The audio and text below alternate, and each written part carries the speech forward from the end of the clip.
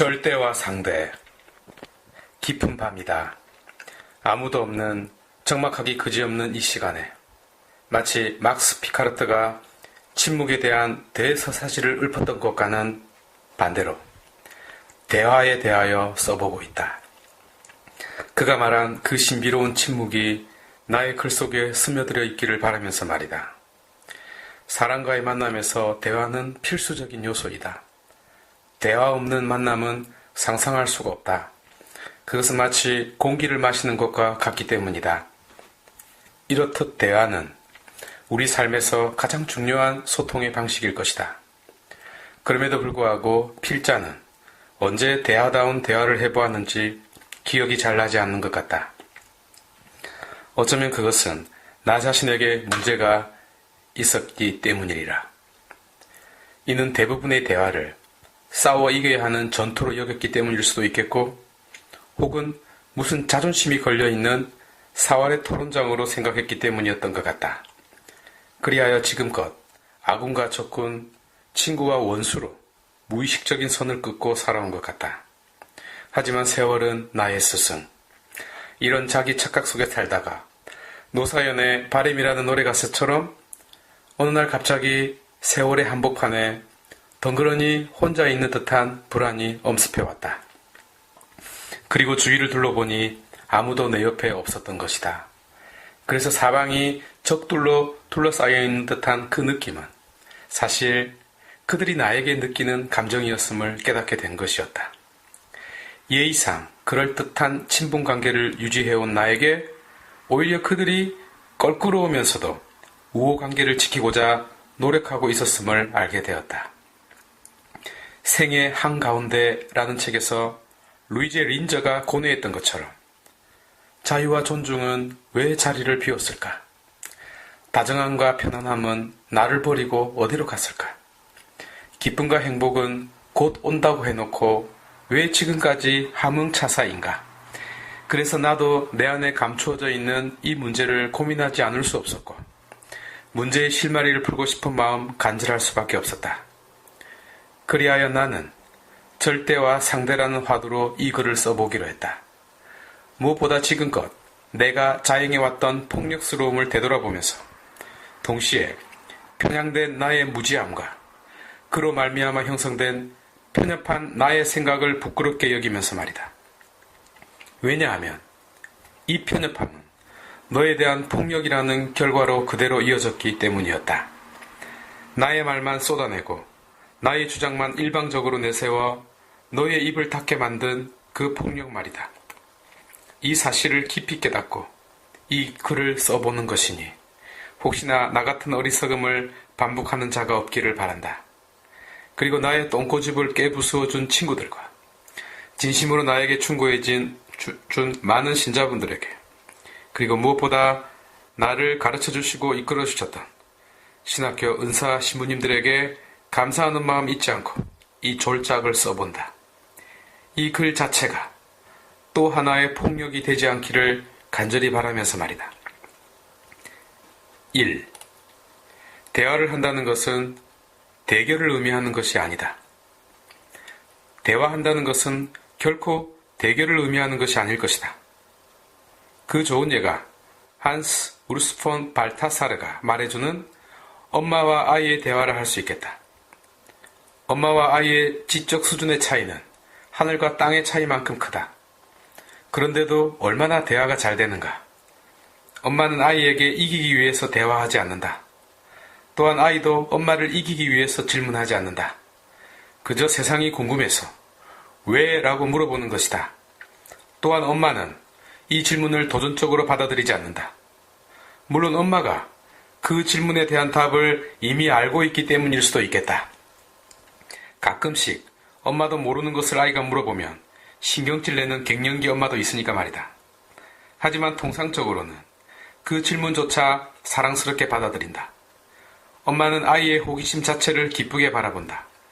그 호기심 자체가 성장하고 있다는 이유도 되겠고, 모르는 것을 알게 되는 아이의 기쁨을 자신의 삶에 견주어 그것이 얼마나 큰 기쁨인지를 알고 있기 때문일 수도 있겠다.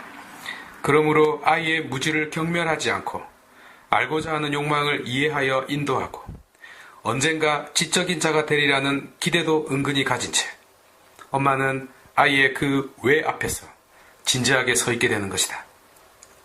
이런 관계에서 엿볼 수 있듯이 대화는 기쁨이고 행복이며 희망과 바램마저 되는 것이다. 그런데 나를 되돌아보면 이런 대화의 장을 만들지 못했다. 언제나 대결과 전투의 대화로 만들었던 것 같다. 내가 하고 싶은 말만 쏟아내고 내가 관철하고 싶은 주장만 쏟아냈던 것이다. 그것은 아마도 컴플렉스로 가득 찬 내가 나 자신을 드러내는 유일한 방법이 논쟁에서의 승리라고 여겼기 때문일 것이리라. 무의식 속에서 말이다. 그러면서도 동시에 내가 동료들과 같은 그룹에 들어가지 않으면, 같은 울타리 안에서 같은 목소리를 내지 않으면 회색 분자로 내 몰릴까봐 걱정했었던 기억들도 강렬하게 남아있다. 이는 무슨 현상인가? 그 자리에 없는 사람들, 곧 눈에 보이지 않는 불특정 사람들에게 이미 폭력을 행사하고 있었다는 뜻이다. 이미 이런저런 선들을 그어버렸던 것이다. 너와의 만남은, 너와의 대화는 너를 바라보는 시선 자체에서부터 시작하는 것이 아닐까. 2. 절대와 상대. 먼저 인간에 대한 철학적, 신학적 정의에 귀를 기울여보자. 출발선이 어디인지 확인하는 것은 중요하니까 말이다. 인간은 가변적이고 상대적인 존재이며 한낱 우연적인 존재일 뿐이다. 그래서 인간을 일컬어 존재 그 자체, ens a se, ipsum esse와 구분되는 타자에 의한 존재, ens ab allio로 부르고, 혹은 스스로 존재하는 자존류, substantia와 구분되어 우유적 존재, accidents라고도 불리며, 혹은 이미 완성된 현실류, actus와 구분되어 가능류, potentia라고 불리기도 하는 것이다. 그래서 그가 아무리 뛰어난 자라 할지라도 제 수요일에 듣게 되는 것처럼 결국 흙에서 왔으니 흙으로 돌아갈 것을 명심하라는 말을 명심해야 하는 불완전한 존재일 뿐인 것이다. 이를 알기 쉬운 철학적 용어로 유한한 존재라고도 부른다. 인간은 자신의 이 존재론적 불안으로 말미암아, 그리고 자신의 유한성 자체로 말미암아 불변하는 원리, 필연적인 법칙, 절대적인 진리를 찾아 그것을 붙잡으려는 성향을 지니게 되는 것이다. 그것을 자기 몸에 지녀야 마음이 편안하고 잠을 제대로 잘 수 있는 것이다. 그리하여 자기의 시선과 생각의 울타리 안에서 세상의 모든 것을 예측 가능하고 통제 가능한 대상으로 세팅하려고 한다. 마치 한눈에 모든 사람을 통제하려는 교도소 소장같이 말이다. 그것 자체가 문제인지도 모르고 철옹성 같은 그 벽과 갑옷 자체가 다른 이들에게 위협과 폭력스러움으로 다가가는지도 모르고 말이다. 이런 철벽을 쌓아온 우리도 어쩌면 더 높은 탑을 쌓으려고만 했는지도 모른다. 성서에 나오는 바벨탑의 이야기는 결코 탑 쌓는 이야기가 아니리라. 인간의 자기 교만과 자기 중심적인 그 무엇을 깨트려 버리는 하느님, 곧 나를 자유케 하시고 나로 하여금 다른 이와 행복하게 관계 맺으며 살아가게 하시려는 하느님의 사랑 가득한 회초리에 관한 이야기일 것이다. 몇 천 년 전의 말이다. 그리고 몇 천 년이 지난 오늘, 내가 이 어리석음을 반복하고 살아왔으니 그분은 얼마나 답답해 하실까. 어쨌든 나의 바벨탑은 또 다른 바벨탑을 대면하는 순간 우월감에 빠지든가 혹은 초라함을 느낄 수밖에 없게 된다. 그리고 전투가 벌어진다. 내가 제대로 쌓은 탑이다. 너는 무엇을 잘못 쌓았다. 라는 총칼보다 더 큰 상처를 내는 흠집이 생기는 것이다. 결국 도토리 키재기인지도 모르고 말이다. 교회 역사를 돌아보아도 이것은 자명한 사실이었다. 동서방 교회가 갈라진 것도, 종교개혁이 일어난 것도 비판에 귀 기울이지 않고 절대적 자신만을 내세웠기 때문이었다. 오늘날은 이슬람 극단주의자들이 그러하고, 아이러니하게도 몇몇 개신교 교회에서 종교개혁자들의 고귀한 정신을 망각한 채, 곧 자기 세신은 외면하면서 가톨릭 흠집 내기에 열을 올리고 있는 모습이 그러하다. 결국 자신만 절대적으로 옳고 너는 틀렸다고 지적하는 자기 모순에 빠지고 있는 것이다.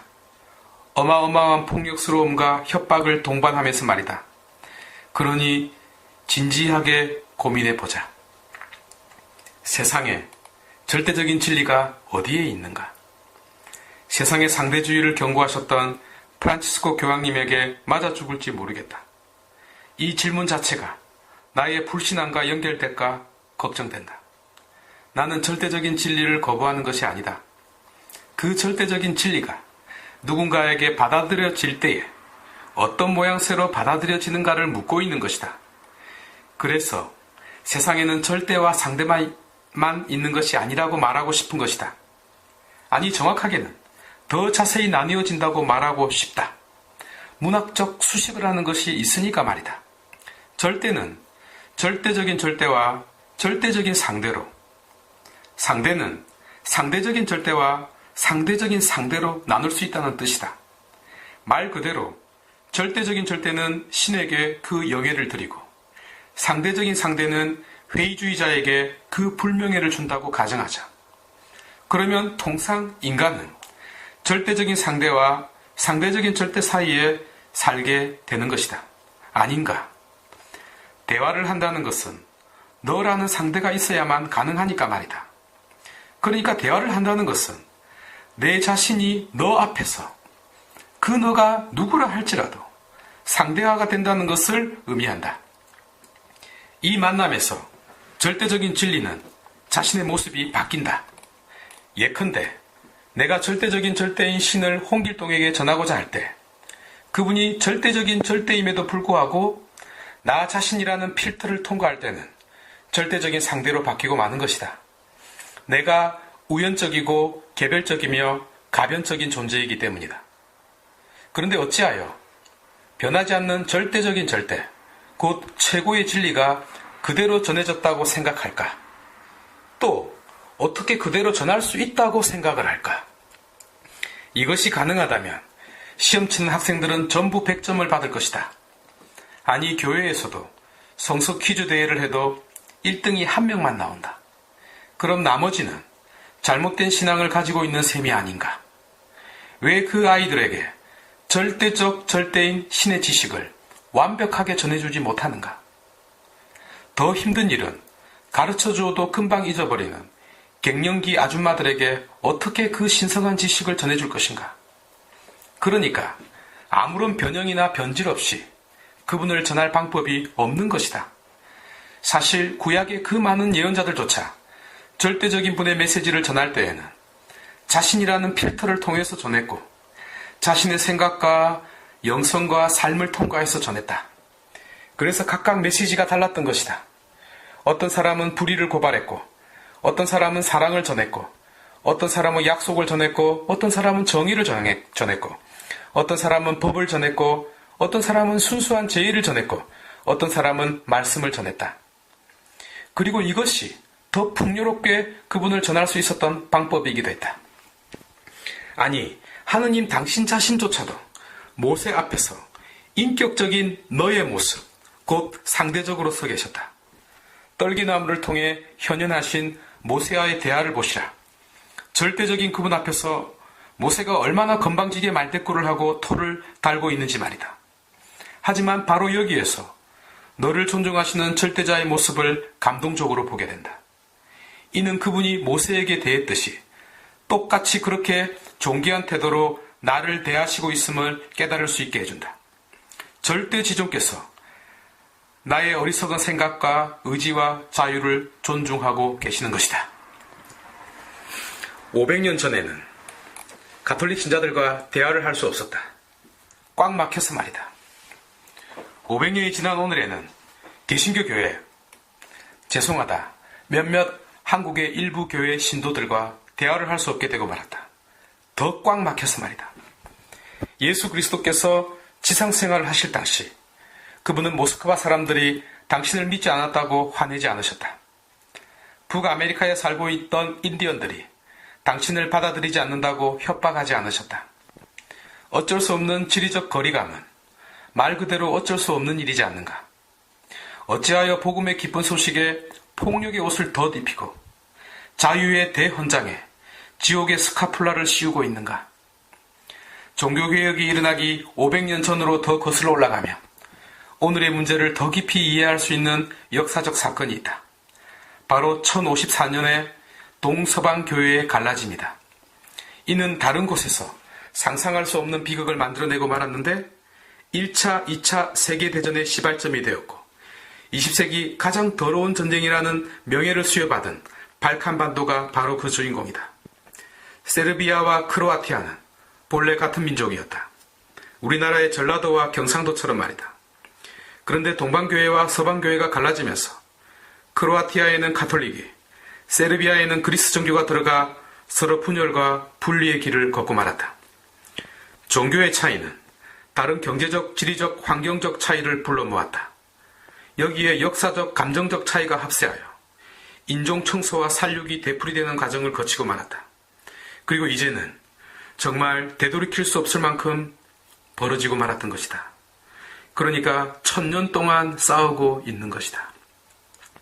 이 비극을 눈으로 보고도, 유럽의 종교 전쟁을 눈으로 보고도, 아니 한반도에서의 동족 상잔의 비극을 겪고도 또다시 종교와 신념의 차이로 이런 비극을 되풀이해야만 하는가? 도대체 그 구원이 그렇게도 중요한가? 내가 구원받기 위해 너를 죽이고 있지 않는가? 아니 너를 구원하기 위해 너를 죽이고 있지 않는가? 아니 가톨릭 교회가 이미 역사의 진흙탕을 만들어 놓았으니 아무 할 말이 없다. 그래서 하는 말이기도 하다. 왜 가톨릭 교회가 걸어온 어리석은 전철을 반복하려고 하는가? 까미의 말 한마디가 생각난다. 지겹다. 3번. 동일성과 차이. 곧 동전의 양면. 절대와 상대를 논하면서 동일성과 차이라는 화두를 생략할 수 없다. 왜냐하면 대화와 논쟁의 핵심 속에 원천과 정통성에 대한 본질이 녹아있기 때문이다. 이를 먼저 붙들어야 주도권을 행사할 수 있기 때문이다. 이것은 마치 다른 제후들이 땅을 차지하려고 했을 때 조조가 황제를 붙잡은 것과 비교할 수 있겠다. 가장 중요한 본질을 획득한 것이다. 이 차원에서 계속 논지를 이어가도록 하겠다. 폴 틸리의 말처럼 교회는 언제나 쇄신되어야 한다는 원칙이 종교개혁의 원천이었고 이 모토는 개신교 교회의 영원한 형이상학적 토대가 되고 있다. 그런데 이 정의는 모든 종교뿐만 아니라 가톨릭 교회에도 그대로 적용되는 원리가 된다. 아니 종교개혁자들과 외적인 입장만 달랐을 뿐이지 가톨릭 교회의 많은 성인들과 신학자들도 에클레시아 셈페르 레포르만다라는 공통된 표어 아래 교회의 내적 쇄신을 위하여 투신하지 않았던가? 농담 한마디. 가르멜 수도자들은 가르멜은 한 번도 개혁된 적이 없다. 왜냐하면 언제나 쇄신되어 왔기 때문이다 라고 말장난 같은 소리를 내뱉기도 한다. 하지만 가르멜이야말로 얼마나 개혁되어 왔던가. 어쨌든 종교는 언제나 쇄신되어야 한다는 대원칙이 종교개혁자들을 통하여 새롭게 대두되었다. 그런데 그들은 우리와 차이가 난다. 하지만 그들이 내세운 교회의 본질에 대한 대원칙은 신앙의 본질을 담고 있는 동일성으로 보아야 한다. 이때 가톨릭 교회는 자신과의 이 차이를 본질을 간직하고 있는 차이로 인정하고 존중해 주어야 하는 것이다. 만약 그렇다면 가톨릭 교회는 자신과의 이 차이를 없애려고 해서는 안 되는 것이다. 왜냐하면 이 차이야말로 교회를 교회로서 지탱해주는 근간이 되고 있기 때문이다. 말하자면 이는 가톨릭 교회가 구약에서부터 이어진 구원 역사를 단절시킨 것이 아니라 오히려 구원 역사를 풍요롭게 한 것처럼 또한 한 분 하느님에 대한 신앙을 왜곡한 것이 아니라 그리스도를 통하여 삼위일체 하느님에 대한 신앙을 더욱 풍요롭게 해준 것과 같은 원리인 것이다. 하여 개신교 교회도 신앙의 전통과 본질을 왜곡한 것이 아니라 오히려 더욱 풍요롭게 가꾸어 주었던 것이다. 특히 은총론과 의화론, 성경과 말씀의 중요성을 비롯하여 신앙의 본질을 더욱더 본질적으로 간직하도록 나아가 신학의 발전에 지대한 공헌을 끼쳤던 것이다. 사실이지 않는가? 이는 가톨릭 교회가 유대교와의 차이를 통해서 신앙의 본질을 더 풍요롭게 이어오고 간직해온 것처럼, 그래서 이 차이를 포기할 수 없는 것처럼 개신교 교회도 가톨릭 교회와의 이 차이를 통해서 본질적으로 중요한 신앙의 본질을 더 풍요롭게 이어오고 살아가고 있는 것이다. 그래서 이 차이는 없어져야 하는 그 무엇이 아니라 더욱 간직되어야 하는 그 무엇으로 자리 잡아야 하는 것이다. 아, 정말 나는 맞아 죽을지도 모르겠다. 그래도 미국에 있으니 누가 나를 잡으러 오겠는가? 나의 말이 오해되고 왜곡되지 않기를 바라는 마음 간절하다. 전체 문장과 행간의 의미가 제대로 전달되었으면 좋겠다. 나의 주장은 이런 것이다. 역사가 증명하듯이, 세상의 모든 종교와 제도가 그러했듯이 어떤 신앙과 전통이 처음 시작한 그 순수성을 보존하기 힘든다는 것을 참으로 인식한다면 원천과 본질은 형식을 갖춘 자만의 소유가 될 수 없다고 말하는 것이다. 내용을 살고 있는 자도 원천과 본질을 소유하고 있는 자라는 뜻이다. 그리하여 차이는 역설적으로 동일성의 또 다른 얼굴, 곧 닉네임으로서 동일성을 간직하고 있는 것이다. 동전의 양면처럼 말이다. 말하자면 너는 내가 내 자신을 더 잘 볼 수 있게 해주는 나의 거울인 셈이다. 필자는 이 논리가 비단 종교적인 문제만 국한되는 것이 아니라고 예를 들어서 말하고 있는 것이다. 이 논리는 한 나라가 복지 정책과 사회주의 정책을 놓고 벌이는 야당과 여당의 설전에도 적용되고 경제 발전과 환경 보호가 서로 부딪힐 때도 적용되는 좋은 예가 될 수 있겠다.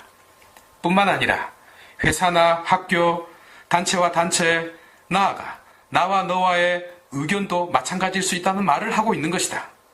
나와의 차이를 또 다른 동일성으로 받아들일 수 있는 인식과 아량 말이다. 산보는 그만하자. 왜냐하면 나는 오래 살아야 하기 때문이다.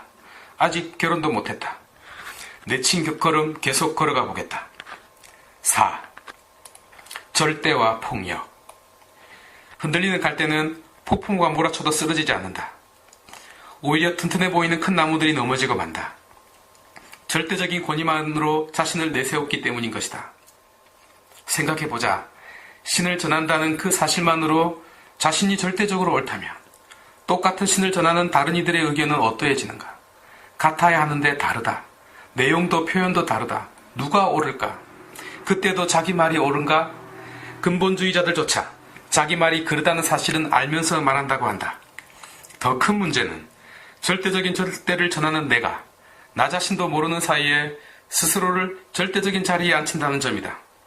그래서 독실한 신앙인이었던 인문학자 에라스무스조차 그 유명한 우신 예찬으로 그런 모양새를 점잖게 비꼬았고, 마르틴 루터는 당나귀의 비유를 교황에게 헌사하여 직설적으로 조롱했던 것이다.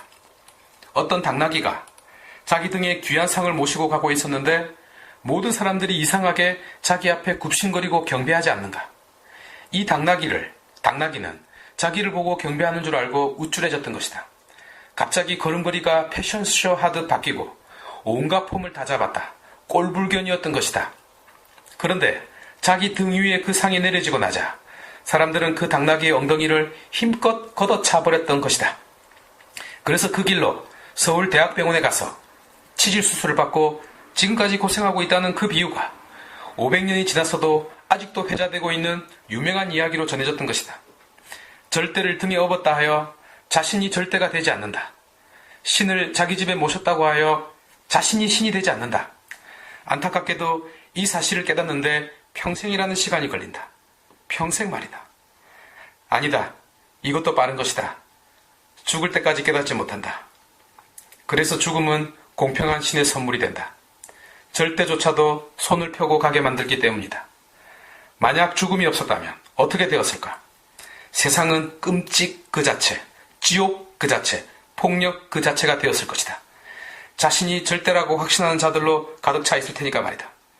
그런데 고맙게도 신은 우리들 중 그 누구도 절대이지 않음을 죽음을 통해서 가르쳐 주신다. 그런데 죽고 나서도 해결이 안 된다. 대를 이어서 이 문제는 마치 씨를 뿌리지도 않았는데 올라오는 잡초처럼 생겨나기 때문이다.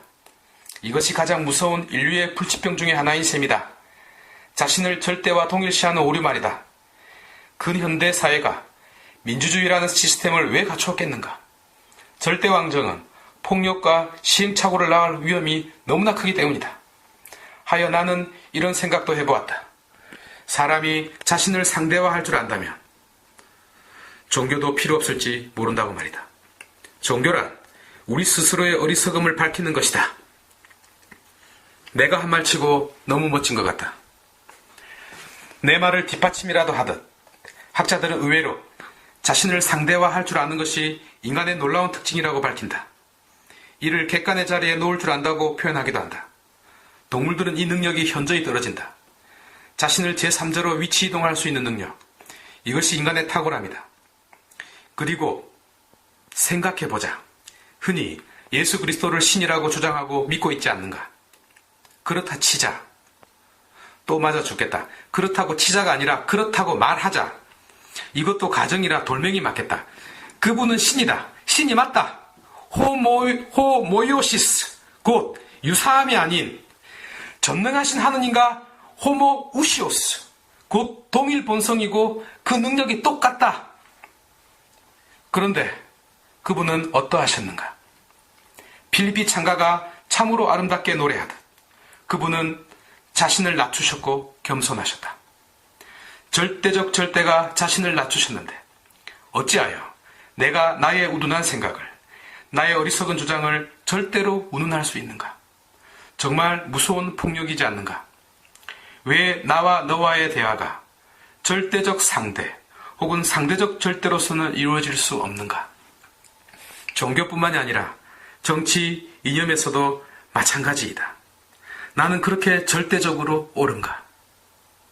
의견은 논쟁이 가능하지만 확신은 촉살로만 치료될 수 있다고 말한 아라비아의 토마스 에드워드 로렌스의 말을 적절한 처방약으로 내놓아야만 하겠는가? 5번. 주체로서의 절대와 관계로서의 상대. 이상하게 들을 수 있겠으나 필자는 지금껏 절대적인 그 무엇을 부정한 것이 아니다. 성 아우스팅이 회의주의를 극복했듯이, 데카르트가 확실한 그 무엇을 찾고자 했듯이 절대적인 그 무엇을 찾으려는 것은 당연한 것이며 또한 자기 나름 그런 확실함을 붙잡고 살아야 한다. 또한 너 앞에서 자신의 주장을 포기하라고 말하는 것도 아니다. 더욱 자기의 주장을 펼쳐야 한다. 그렇지 않다면 목표도 없이 방황하는 자일 것이며 아무 의욕도 성취하고자 하는 의지조차도 없는 자와 다를 바 없기 때문이다. 그리고 그런 확신은 자신의 인생과 삶을 풍요롭게 해주고 세상에 큰 감명을 남긴다.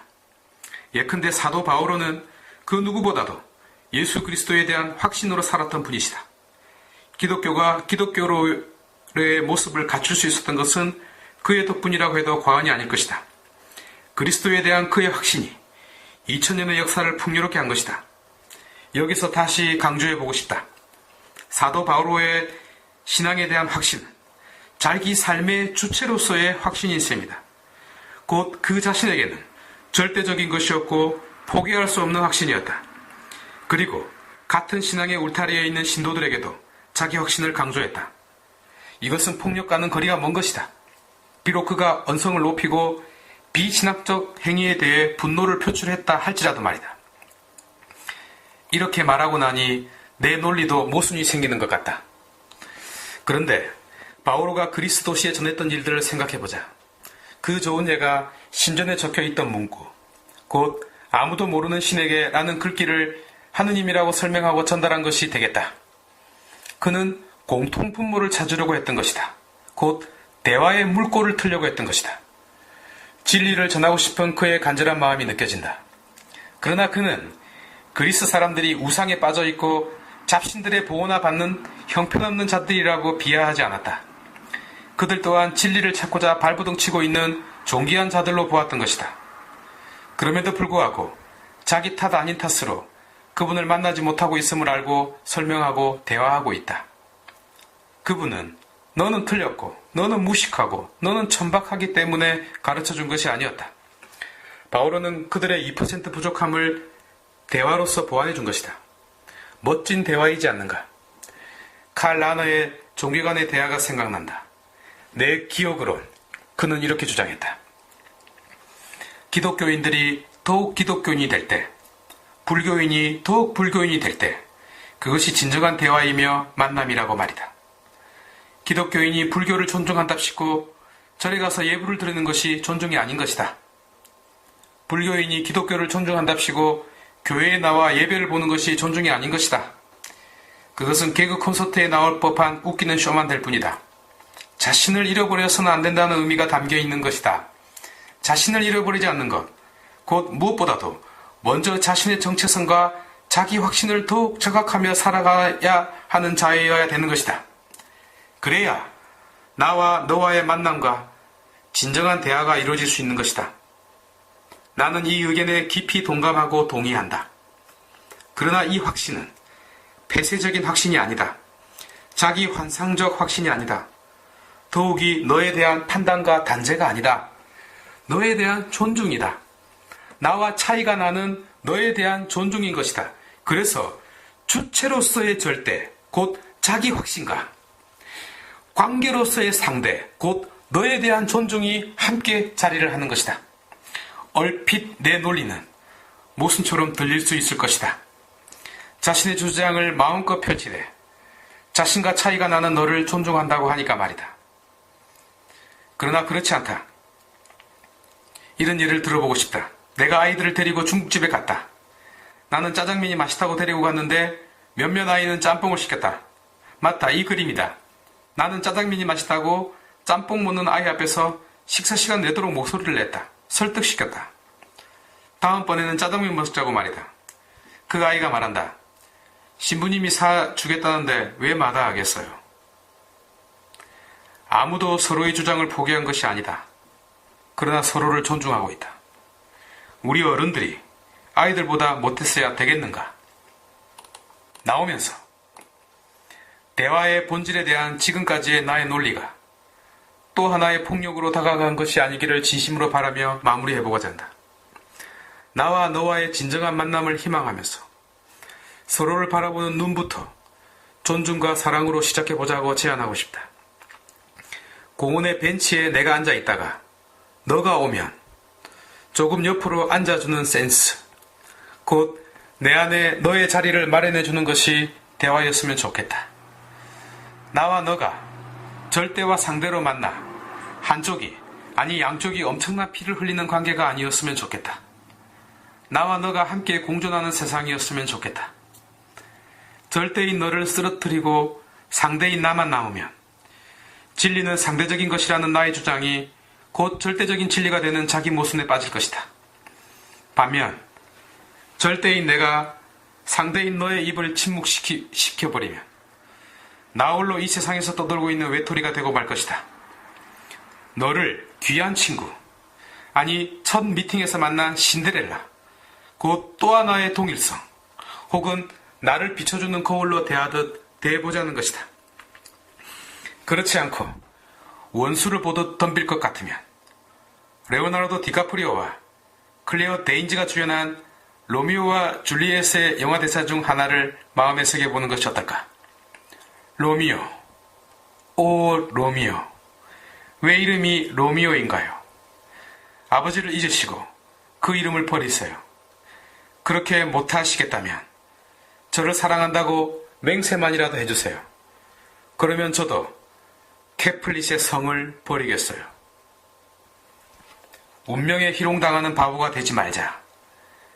조직의 논리 때문에 귀한 보석을 놓치는 자 되지 말자. 폭력을 행사하는 자 되지 말자. 아무도 내 옆에 있는 사람이 없는 그런 지옥을 만들지 말자. 어떤 마트에서 물건을 사고 기다리다 재채기를 했는데 예쁜 꼬마 여자애가 God bless you 라고 축복을 해주었다. 몇 년이 지나도 기쁘고 행복하다. 처음 만난 그 여자애는 하느님의 천사였던 것이다. 그러니 내가 너에게 기쁨과 천국이 되는 만남을 가꾸어 나가자고 제안을 해본 것이다. 지금까지 경청해 주셔서 감사하다. 혹시나 내 말에 불편함을 느꼈다면 너그럽게 양해를 구하는 바이다. 나와 너, 우리의 삶은 기쁨이어야 하고 행복해야 한다.